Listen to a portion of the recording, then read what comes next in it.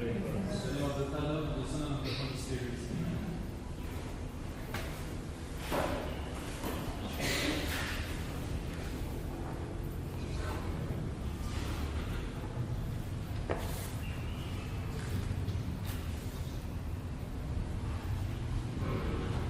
would like to remind you what is the plan of these conferences. I am just commenting a book written by Saint Francis de Sales, bishop who used to be a bishop in the 16th century, who is known to be one of the most balanced saints, the most balanced person. He has written a book, and this book has been written especially for people living in the world, like you, dear faithful. This book is called Introduction to the Devout Life. This book has several parts. When we started, we say that we have 5 parts in this book. In the first part, Saint Francis gives a definition of devotion. Then he is speaking about purgation of souls. We need to renounce to what is bad in our life if we want to get this devotion. It is the first step. Then the second chapter was about some advice for elevation of the soul by prayers and sacraments. We spoke about it. Meditation, morning prayer, evening prayer, good aspiration, mass, sacraments, small retreat, etc. The third part, it is what we are speaking about now. Some advice on how to practice virtue, and it is most of this book is dedicated to this third part. And the fourth part will be about how to resist to temptation, and the last part will be an advice on how to renew the soul and to confirm it in devotion. This third chapter is very long. We spoke about patience, humility, gentleness, obedience, chastity. Today I would like to speak about poverty. And in the future we'll speak about friendship, good one and bad one, mortification, society and solitude. We'll speak about how to dress even, control of our speech, which game we can play, fidelity, how to have a spirit just and reasonable. Saint Francis will also say something about desires, and after he finishes this part about virtue by giving advice to married people, widows and virgins. Today I would like to speak about the virtue of poverty. If you remember, Saint Francis is speaking about the evangelical counsel. We spoke about obedience, we spoke about chastity. Today I would like to speak about poverty. And for that, Saint Francis divides his subject in 3 parts. First, he speaks about the spirit of poverty in riches. How to keep the spirit of poverty when you live in the middle of riches. You are rich, but you want to have the spirit of poverty. This is the first part. The second part is about how to practice real poison and being poisoned. It is the same with the riches of this world, with the good of this world. You can have riches, you can be rich without being poisoned by this richness. They can be in your house, these riches. They can be in your pocket. Let them not be in your heart. To possess riches in actual fact and to be poor in affection for them is the great happiness of the Christians. For by this means he has the convenience of riches for this world and the merit of poverty for the next. So Saint Francis says that the great happiness of the Christians is to have some riches, but not to be attached to it. Like that you have convenience for this life, and the merit of poverty for the other one, because we are not attached to it. But there is a problem. There is a problem. No one, absolutely no one, will confess of being covetous. No one will admit that he lacks of poverty. Nobody. We will always excuse ourselves. Things that we have many expenses for our children, which is true sometimes. we have to be prudent and secure our position in this world. We never have too much. Never have too much. There is always a reason that makes it necessary to have more and more. And even the most covetous person will not admit to be covetous, to lack of poverty. They do not admit because covetousness is a burning fever, is a violent fever, a burning fever. And the problem is we don't perceive it, we don't feel this fever. We don't realize we are sick, we don't realize we suffer from it. It's exactly the opposite of this kind of bush Moses saw when he started during his life. He saw this burning bush in front of him, but this bush was not being consumed by the fire. For us, this covetousness is burning us slowly, slowly, and we don't realize it. We don't feel that we are becoming greedy. We don't realize it. There is a sickness like that. People, they lose completely the sense of touch. I remember when I was a pre-seminarian in Italy, we had a brother there, and he could not feel anything. And he was the one taking the plate from the oven. He was burnt badly. He could not feel anything. It's very dangerous sickness. It is a problem we have also with leprosy. Those people who suffer from this sickness, they lose these feelings. They don't feel anything. You can boil them, you can burn them, they will not feel it. And the problem of avarice, of covetousness, is exactly the same. It's burning you like a fever. You want more and more good. You always find an excuse, and you don't realize that you are consumed by it. And one day that covetousness will even kill you. This is a danger that is for everybody, because everybody in this world has today the original sin.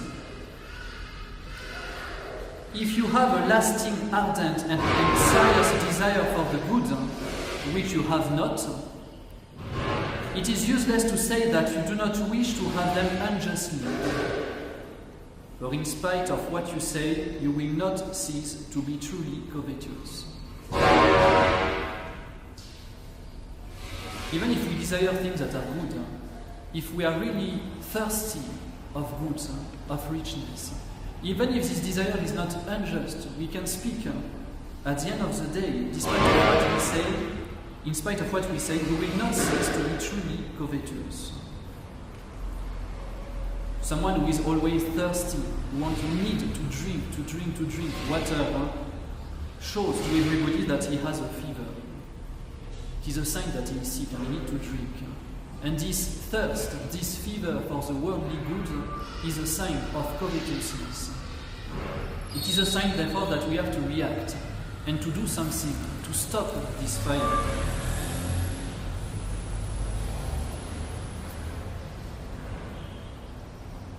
What if now we desire something that is good and justly? My neighbor has a car, very nice one. I don't have a car.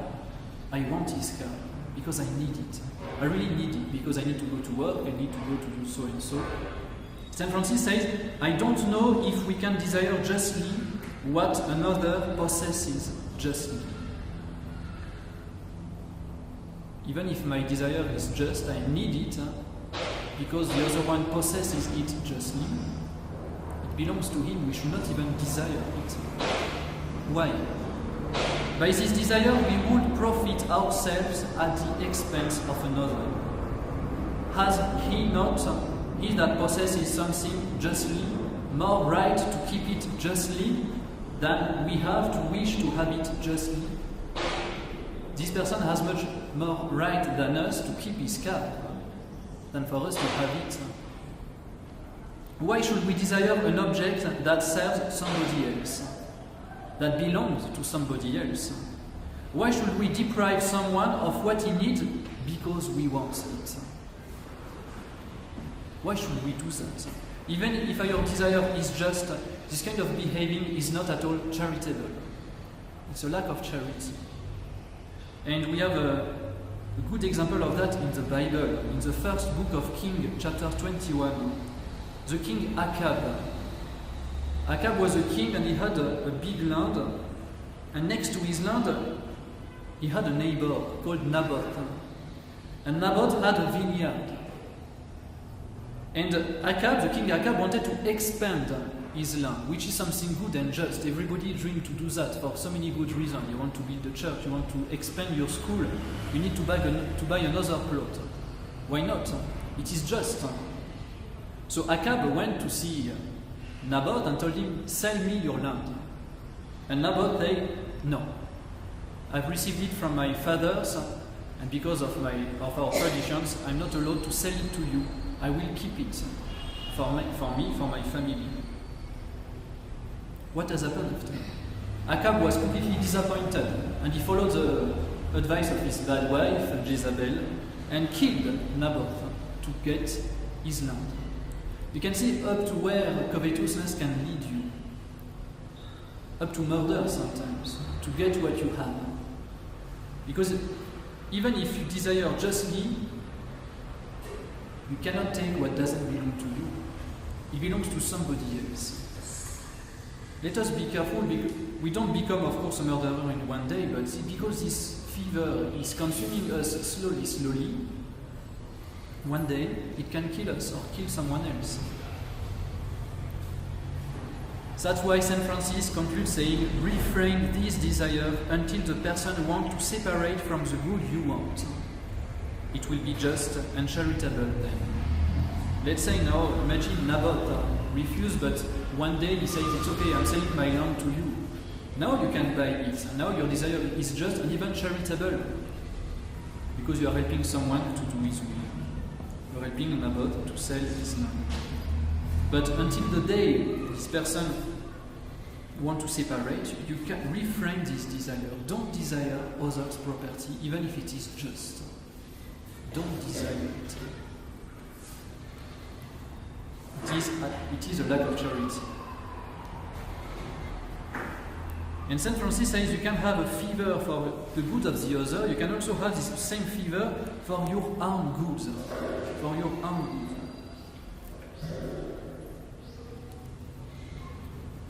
If you are much attached to the good which you have, if you are much wrapped up in them, setting your heart on them, fixing your thoughts on them, and fearing with a lively and anxious fear to lose them, believe me, you still have some sort of fever. For they that have a fever drink water which is given them with a certain eagerness, with a kind of attention and satisfaction which the healthy are not wont to have.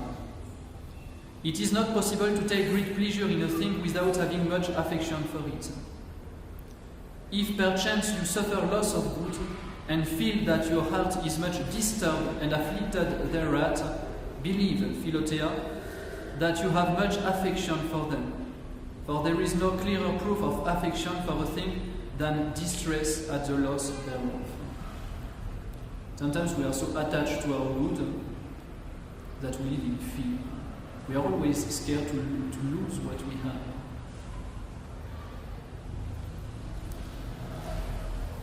Therefore, do not desire with a fully formed desire the good which you have not.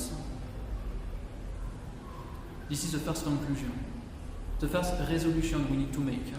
Do not desire with a fully formed desire the good which you have not. Second advice, resolution, do not set your heart too much upon those which you have.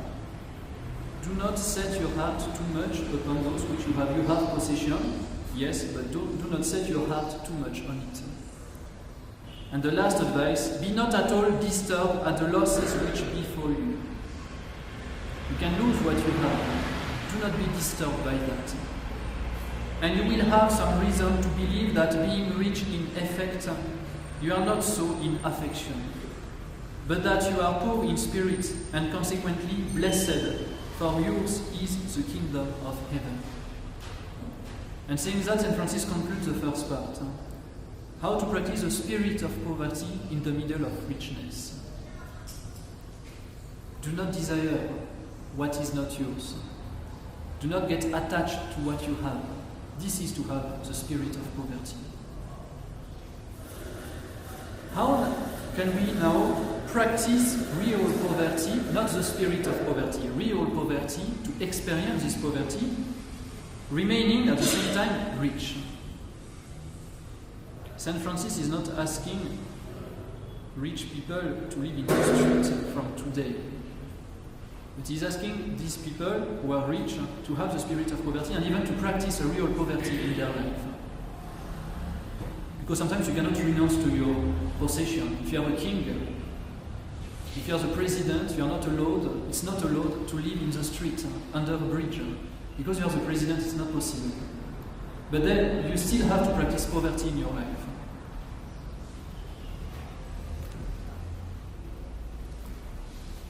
The painter Parasius painted the Athenian people, Athens is in Greece, in a very ingenious manner, representing them with a diverse and variable natural temperament, angry, unjust, inconstant, courteous, clement, merciful, haughty, vainglorious, humble, blustering and cowardly, and all this together.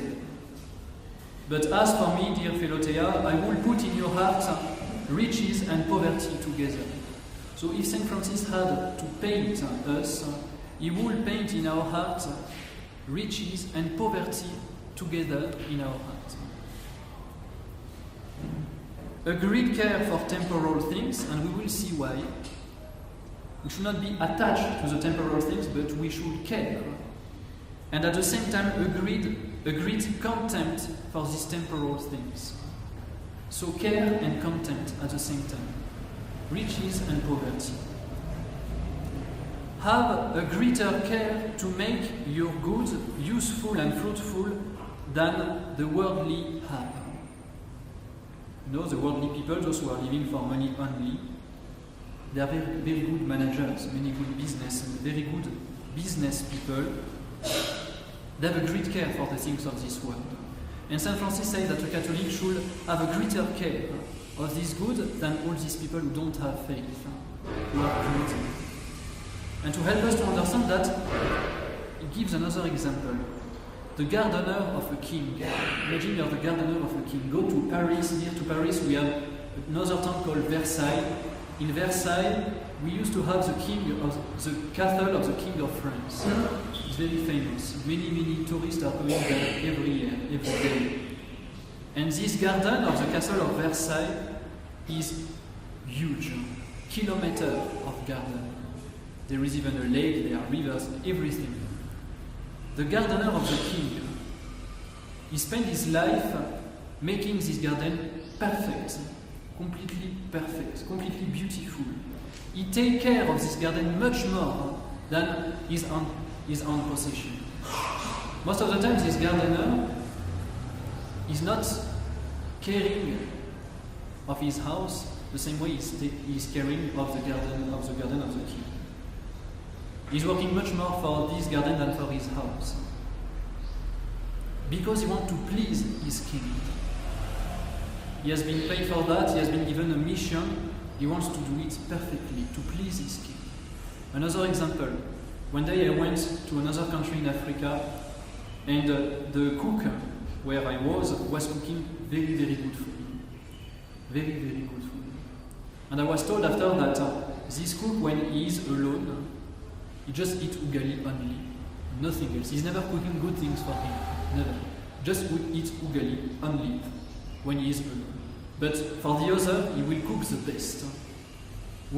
Even ugali sometimes, but with so many other things. Because maybe you want to please the person who is paying him. He wants to do his job. He has been given this mission, he wants to do it well. And we should be a bit like this king or like this cook in our life. The possessions which we have are not our own. What you have in this life has been given to you by God. Therefore it belongs to God. You can use it, but it doesn't belong to you. The school you are in charge of, your house, all these things, all the good you have been given in your life, it doesn't belong to you, it belongs to God. It is why you have to take care of it. It is why you have to take care of it, because it's God's property. You are in charge of that. You have to make it, it has to be fruitful. You have to develop all these things. And it is very important to have that in mind. Let us not be careless. Careless, it's a lack of justice at the end of the day, against God. God has given you something, and even instead of using this talent God has given you to make it multiply, you just bury it underground to spoil it. This is a lack of justice. But it must be a greater and more solid care than that which worldlings take for their good.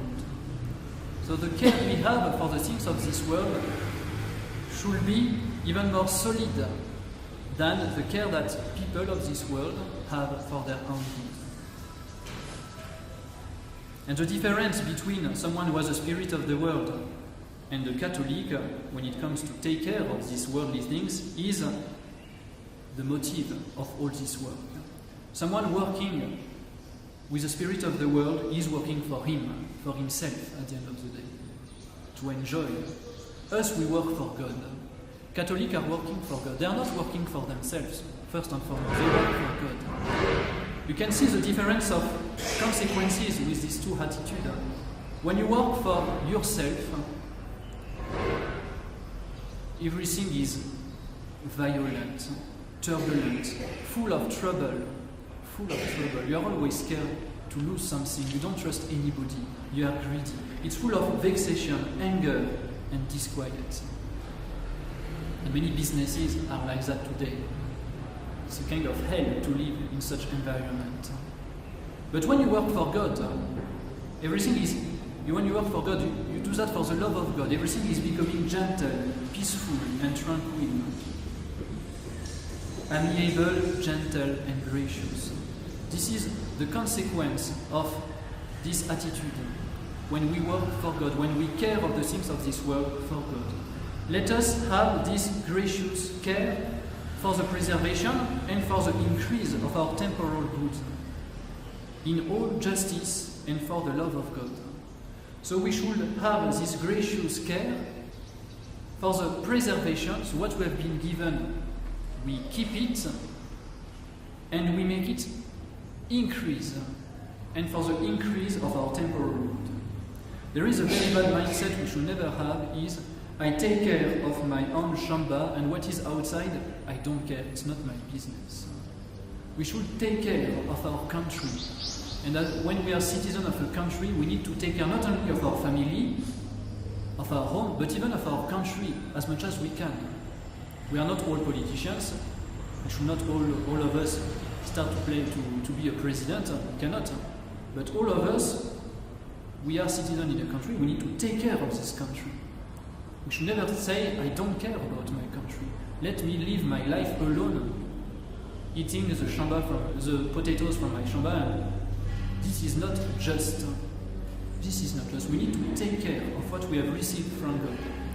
We are a member of a family, of a company, of a country. We take care of all that. And it's a duty of justice.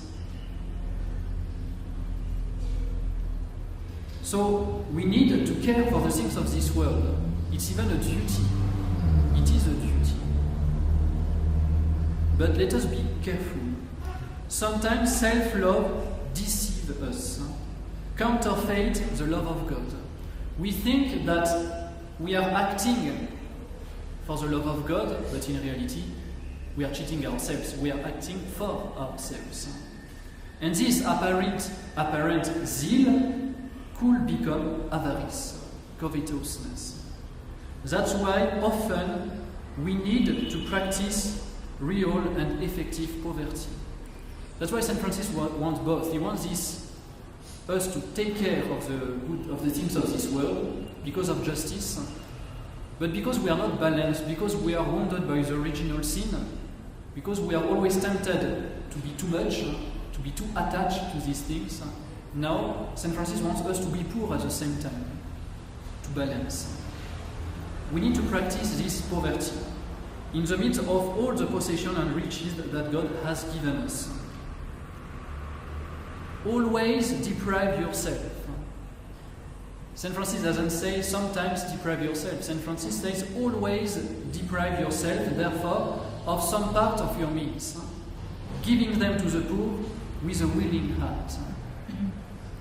Doing that, you become poorer, of course, because you are removing your own possession. And God will return it to you in heaven and even here on earth. For there is nothing which makes a person prosper in temporal matters so much as almsgiving. For there is nothing which makes a person prosper in temporal matters so much as almsgiving. Of course, waiting for God to return it, you shall be poor. And St. Francis admired people who can do that. How holy and rich is the impoverishment which is caused by almsgiving. And our Lord many times praised people who are doing almsgiving. Almsgiving can cover a lot of sin. Almsgiving is an excellent remedy to this avarice, to this covetousness. Love the poor and poverty, for by this love you will become like them. Let us love the poor and the poverty, that we can become like them. It is an advice of St. Francis. We have to be poor, even if we live in the middle of riches. Because if we don't practice this poverty, we will become a Judas. We will become like Achab. Love makes them that love equal to one another. St. Paul used to say, "Who is weak and I am not weak?" And St. Francis said he could have said, "Who is poor and I am not poor?" Let us be poor with those who are poor. I will give you after some example of very rich people who practiced that. If you truly love the poor, and we have to love our neighbor even if he is poor, if you truly love them, be often among them. Be pleased to see them in your house and to visit them in theirs. Associate willingly with them. Be glad that they are near you in the churches, in the streets, and elsewhere. Be poor in speech with them, speaking to them as their equal. You are not above them. Maybe they are holier than us, much more than us. They are our equal and even maybe our superior in front of God. So let us be poor in all that, but let us be rich indeed, giving them of our goods as one that possesses more abundantly. This is all what we should do with the poor. To help them, to be with them, to speak to them, not to ignore them. And the beauty of a Catholic parish is that at the end, in the parish, we are all different. And at the end of the Mass, you can see that everyone in Holy Cross is beautiful. Everybody speaks with everybody. When we have this meeting of the Lady Club and the main club, it's beautiful to see so many different people sharing the same meal, speaking. This is true charity. This is beautiful to see that. It's true poverty. Let us be wise also, because sometimes some people are not true poor, and they just want to cheat you, they just want your money. The goal is to help them, is to help the poor. So if someone is cheating, you are not obliged to give him money. And St. Francis continues saying, will you do more? Will you do more than that? Be poorer than the poor. Be poorer than the poor. The servant is of less account than his master, said our Lord in the Gospel. Become a servant of the poor. Let us serve them. Serve them in their bed when they are sick. With your own hand. Be their cook at your own expenses. So you buy food for them and you cook for them. Be their laundress. Wash their clothes even. This service has more glory in it than a throne. And now St. Francis gives example.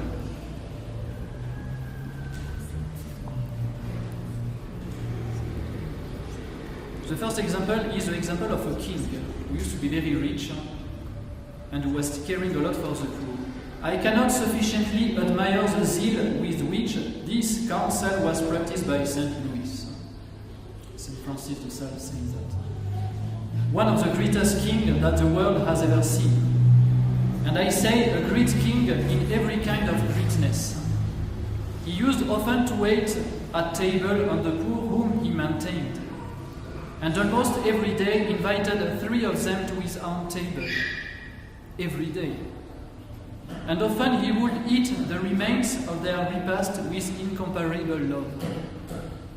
When he visited the hospitals of the sick, which he did often, he was wont ordinarily to serve those that had the most loathsome diseases, such as the leprous, the cancerous, and such like, and performed all his service to them bareheaded and on his knees, reverencing in their person the Saviour of the world, and cherishing them with a love as tender as that of a fond mother for their child. This is the charity of a Catholic king. He is rich, yes. France used to have a lot of money at that time. Very powerful country. But at the same time, he is eating with the poor, healing them, washing them, speaking with them, without his crown, and kneeling in front of them. This is the charity of a Catholic king. This is the charity of a poor, rich king. Like St. Francis de Sales wants us to be. Poor and rich. He cares for the things of this world, but he's not attached to it. Another example is Saint Elizabeth of Hungary. She was a queen, daughter of a king, mingled freely with the poor. She was with them, and for recreation used sometimes to dress as a poor woman among her ladies, saying to them, "If I were poor, I should be dressed in this manner. Oh my God, dear Philotea, truly these prince and this princess were poor in the midst of their riches, and were rich in their poverty." So there is no contradiction.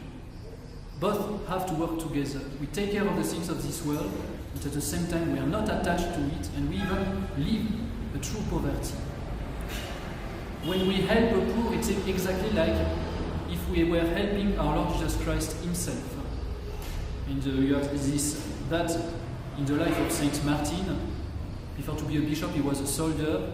A poor man appeared to him, asking him a cloth because he was very, very cold. It was in the middle of winter. Saint Martin gave him a piece of his big jacket, big mantle, and the night after, our Lord appeared to him, telling him, "This poor that you saw yesterday, it was me."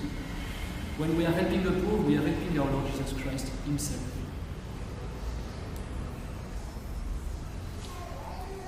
So we can see that in the life of the saints, even in the life of those saints who used to be very rich.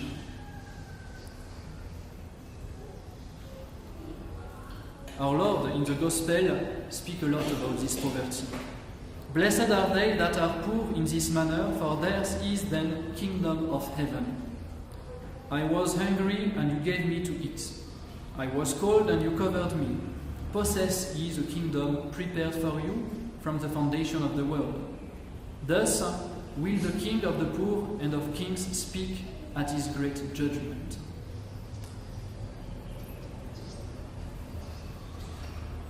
So let us practice this poverty and willingly renounce to our good, sometimes, for the poor. But sometimes the providence, life, make us practice poverty even when we are not looking for it. There is no one who has not at some time or other to suffer some lack and want of what is convenient. Sometimes a guest comes to our house, for example, whom it is our duty and wish to entertain well. But for the time being, we have not the means. Our best clothes are in one place, and we have need of them in another where we have to present ourselves. And so we don't have what we need. We are in lack of something.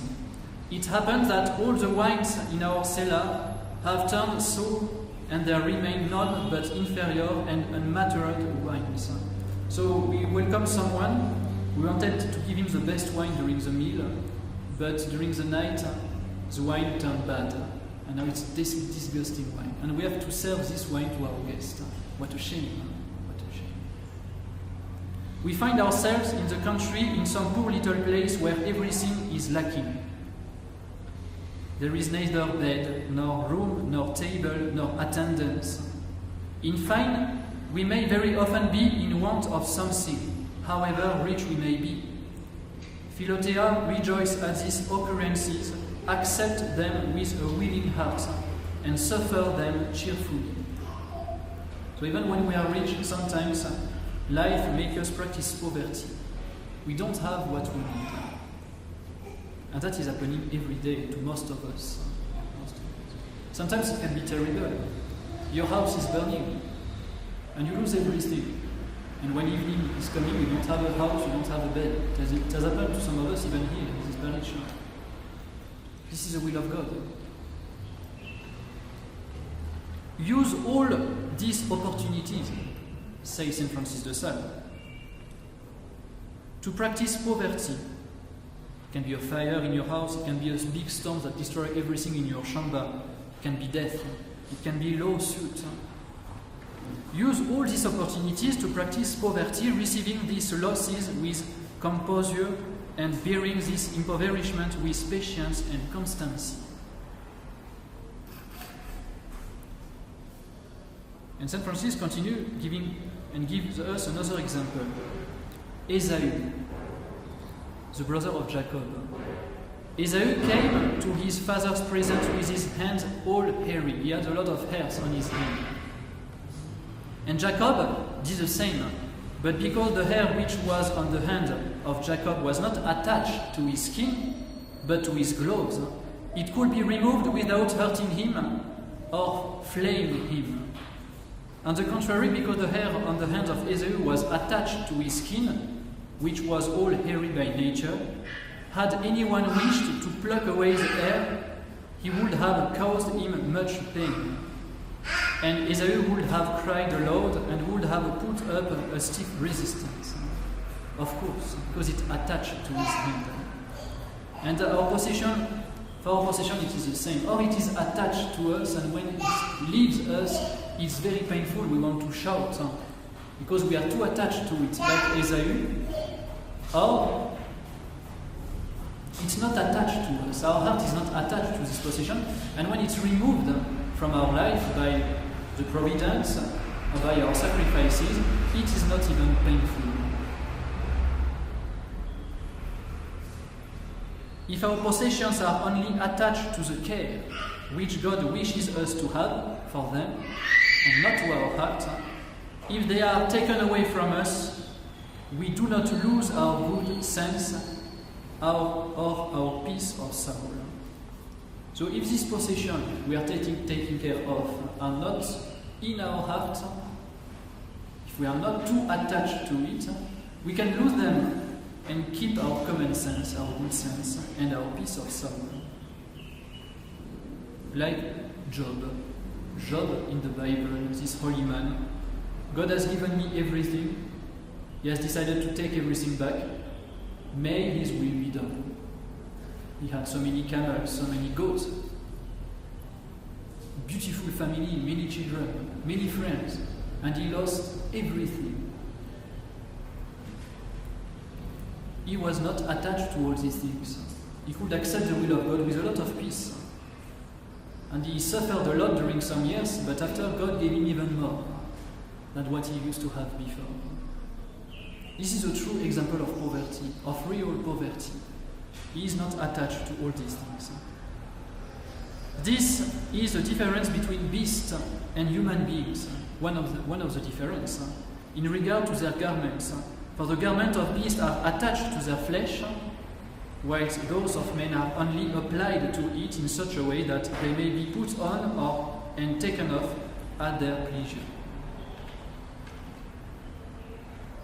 So, we need to have the spirit of poverty even when we live in the middle of riches. We need not only to have the spirit of poverty, but even to practice a true poverty even when we live in the middle of riches.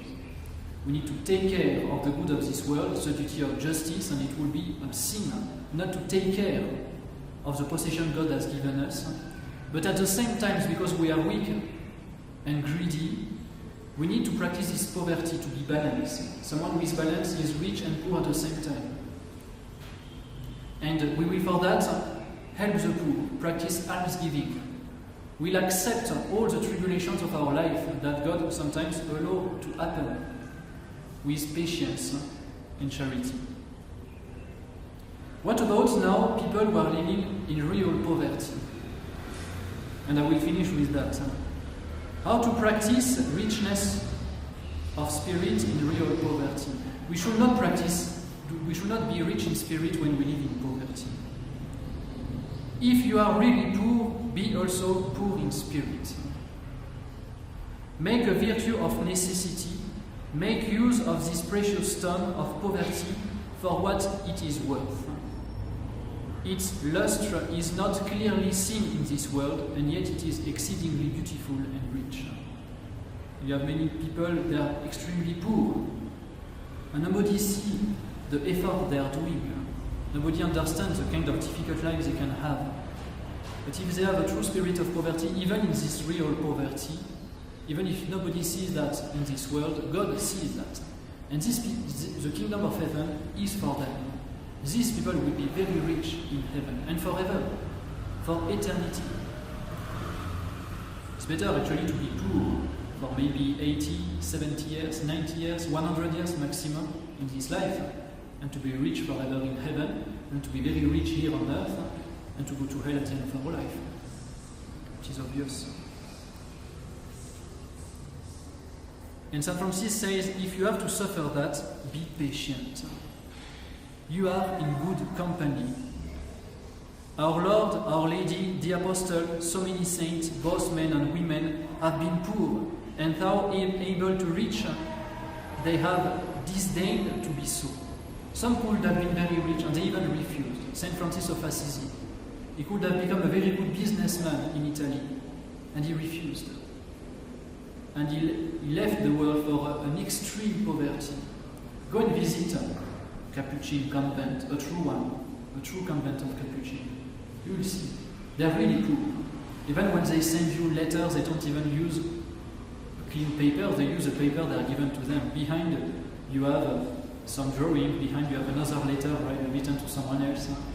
They have nothing.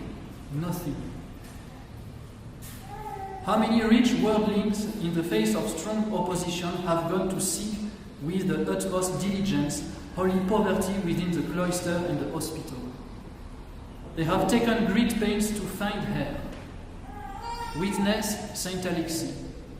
Saint Alexis was the son of a rich person, and he left his family to live a poor life, and he came back to his family, but nobody could recognize him, and he has been living the rest of his life under the staircase of the house of his father, living a miserable life there. And it is only when he died that his father recognized him. He left the world completely to live a true poor life. Saint Alexis, Saint Paula in the early church, Saint Paulinus, Saint Angela, and so many others. And behold, Philotea, she comes in more gracious garb to present herself at your house. You have met her without seeking her and without any trouble. Embrace her. Then, as a dear friend of Jesus Christ, who was born, lived and died in the company of poverty, who was his nurse throughout his life. Poverty was the nurse of our Lord Jesus Christ. Poverty has two merits that make us rich in spirit. Yes. First of all, poverty comes to us by the will of God alone. Most of the time, true poverty is coming because it is the will of God. We are not looking for it, and it's coming. We didn't want to be poor, and now we are poor. We have lost our job, for example. What comes from God's will is better and is for our advantage if we accept it. We should have faith. God cannot abandon us. All what is happening has been allowed by Him. It is for our good at the end of the day, if we accept it. And the problem is, most of the time we revolt against this situation, and we make it worse. That's why we cannot get out of it. If we accept it, it will turn in our advantage. It will be good for us at the end of the day. It will be good for our salvation, for our soul. The simple and entire acceptance of the will of God makes suffering extremely pure. We can use this suffering to save our soul. Our Lord said that, I don't know how to say that in English, but it's easier for a camel to enter into, you know what you are using for, so this small opening, you can just put a file inside. It's easier for a camel to enter into this thing than for a rich to enter into heaven. And so many people became monk, even Capuchin monk, because they were thinking, this is true, if I continue the kind of life I have now, I will go to heaven, let me become poor. This is serious. So this is the first reason that can make our poverty merit. Because it's coming from God, so if we accept it, it's good for us, and it will turn in our advantage. The last reason is it is a poverty that is truly poor. We will be despised, rejected, reproached, and abandoned. That is very sad. Most of the time, our dear relatives, sometimes, they are not helping us in this time of tribulation. They will even make our situation worse. Look at the wife of Job in his life. Look at the wife of Job.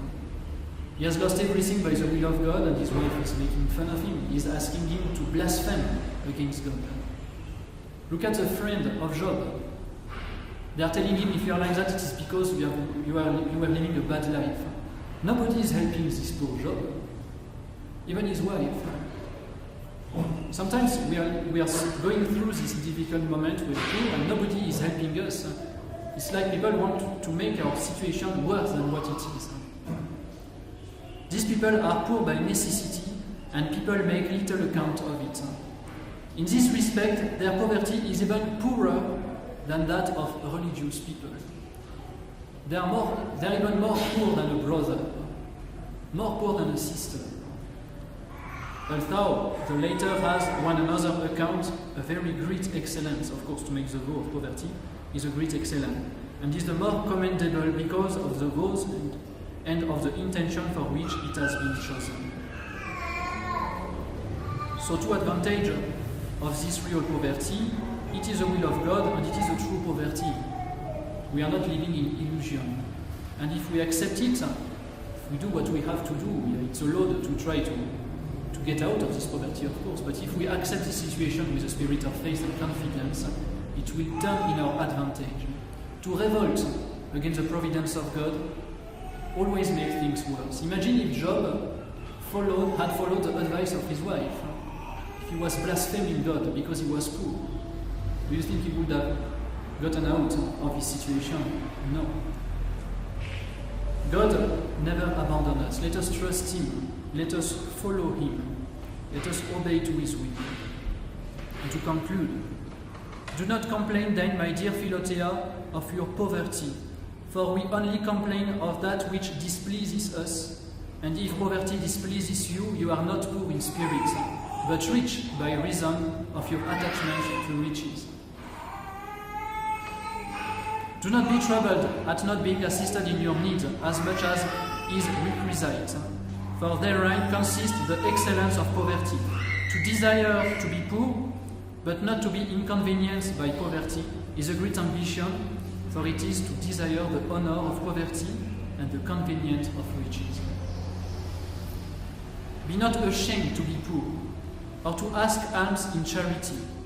Receive what is given you with humility, and accept a refusal with meekness. Often call to mind the journey which Our Lady made to Egypt to carry her dear child, and how much contempt, poverty, and misery she had to endure. If you live like that, you will be rich in your poverty. Let us ask our Lord Jesus Christ, the Blessed Virgin Mary, they are a model to be poor in spirit and even to practice this poverty in our life. Let us ask them to always do the will of God, to never revolt against His plan for us. Never. It is how we will go to heaven.